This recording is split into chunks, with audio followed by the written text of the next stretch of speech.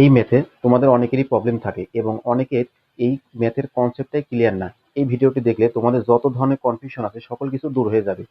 এই ম্যাথে দিছে কি যে 5D15। তো ডি দেখে আমরা বুঝতে পারতেছি এটা হলো হেক্সাডেসিমেল নাম্বার। তো হেক্সাডেসিমেল নাম্বারে তোমার বলছে কি যে 15 যেটা আছে তারপরের এই ধারাটির সংখ্যা কত। তো এটি বোঝার আগে আমরা আগে ডেসিমেল নাম্বারটি বুঝি। তো ডেসিমেল নাম্বারে আমাদের কি থাকে যে 0, 1, 2 এইভাবে 9 পর্যন্ত থাকে। তো 9 এর পরে আমরা কি লিখি? 9 এর পরে লিখি হচ্ছে 10।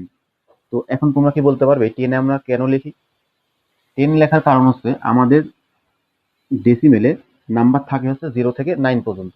তো যেহেতু আমার 0 থেকে 9 পর্যন্ত সকলগুলো শেষ হয়ে গিয়েছে, তাই জন্য আমরা কি করি পরবর্তীতে আবার এই যে শুরুর দিকে যাই। মানে শুরু কে ছিল 0, আবার কোথায় আসি আমরা 0 তে। আর যেহেতু এটা আমরা একবার কাউন্ট করলাম, এইগুলোর প্রত্যেকটার সামনে কি থাকে 0 থাকে। তো এই যে 0, তাহলে আমরা কি করব যেহেতু একবার গুনেছি তাই জন্য আগের ঘরের সাথে 1 যোগ করব। তাহলে 0 আর 1 যোগ করলে কত হবে 1। আর এই যে যেহেতু এখানে সকল সংখ্যাগুলো শেষ হয়ে গিয়েছিল, তাই পরবর্তীতে আবার প্রথমের সংখ্যা কত 0। এই জন্য আমরা কি দিই 10 দিই। তো 10 এর পরের সংখ্যাটি কত 11। এটি কিভাবে আসে? এখন তোমার এই আগের সংখ্যাগুলো কি হবে প্রত্যেকটা 1 থাকবে। এখন এই পরের সংখ্যাগুলো আবার এই যে সিরিয়ালে যেটা ছিল এইভাবে নামতে থাকবে, যে 0, 1, 2, 3 এভাবে কত যাবে 19 পর্যন্ত যাবে।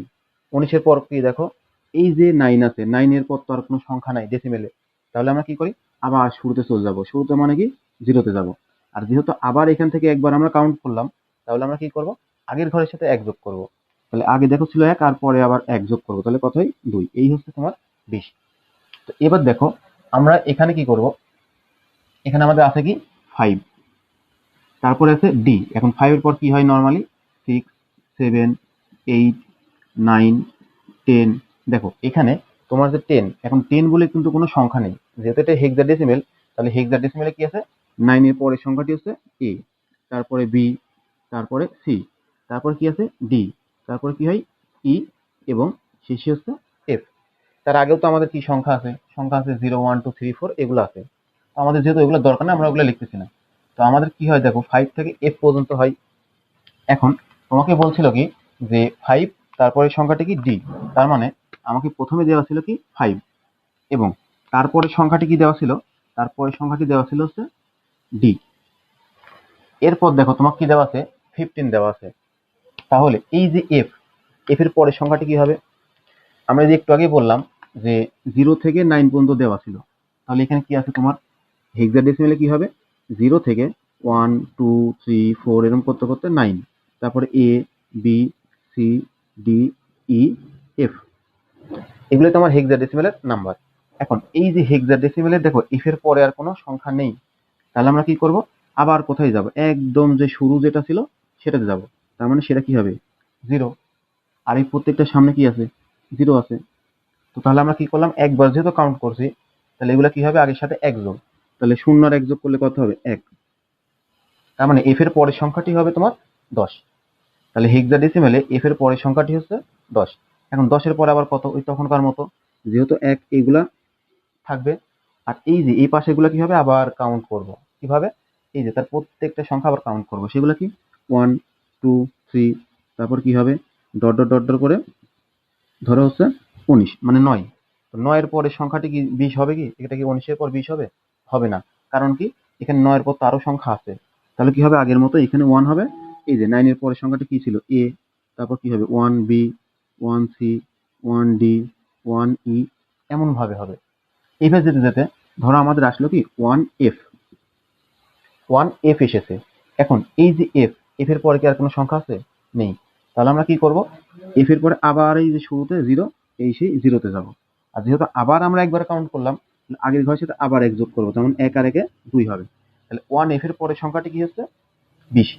তাহলে এটার পর যদি আমরা লিখি এফ এর পর দেখো কি লিখতে পারি, এফ এর পর লিখতে পারি 10, তারপরে 11, তারপরে 12, 13, 14, তারপর আমরা কি লিখতে পারি 15। এই যে দেখো আমার এইগুলা দেওয়া ছিল,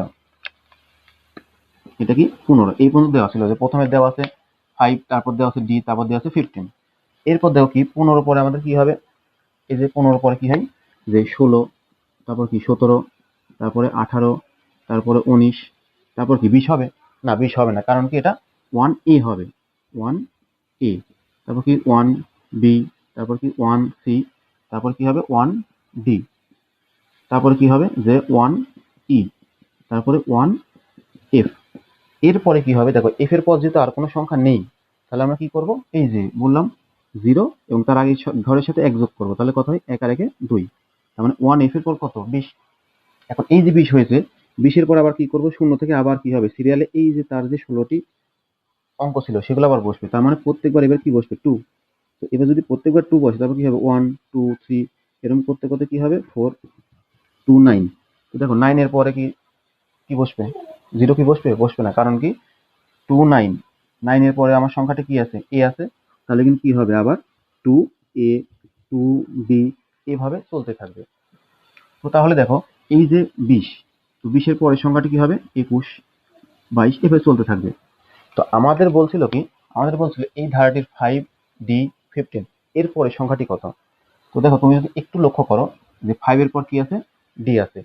তো এই যে d আছে, তো 5 আর d এর মাঝখানে দেখো আমাদের টোটাল সংখ্যা কয়টি, টোটাল সংখ্যা 1 2 3 4 5 6 7, টোটাল সংখ্যা আছে কয়টি, 7টি।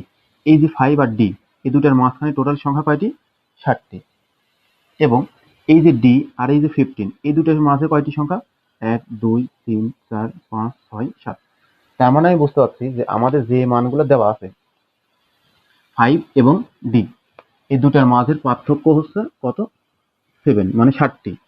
এবং d আর 15 এরও মাঝের কয়টি হবে, 7টি। তাহলে আমরা যদি এতটুকু থেকে বুঝতে পারছি কি যে পরে যে সংখ্যাটি হবে, ধরলাম এখানে একটি সংখ্যা হবে, তো এই সংখ্যার মাঝখানেও কয়টি হবে, 7টি সংখ্যা থাকবে। কয়টি হবে, 7টি। তো দেখো তাহলে এই যে 15 হয়েছে, তারপর 7টি সংখ্যা গুণ, 1 2 3 4 5 6 7। এই যে 7টা হওয়ার পরে এই যে এখানে আমার যেটা আছে সেটাই হচ্ছে আমাদের নির্ণয় উত্তর, মানে 15 এর পরের সংখ্যাটি হচ্ছে এটা কি 1d। তাহলে আমাদের উত্তর হবে কি যে 1d। আমাকে যদি বলতো তারপরে সংখ্যাটি কত, তার মানে কি যে আরো 7টি পরে আমাদের যেটা থাকবে সেটা হবে উত্তর। তাহলে এখানে গুণ 7টি করতে হবে, 1 2 3 4 5 6 7, তারপর কি হতো 25। তাহলে এই যে পরের সংখ্যাটি কি হতো 25।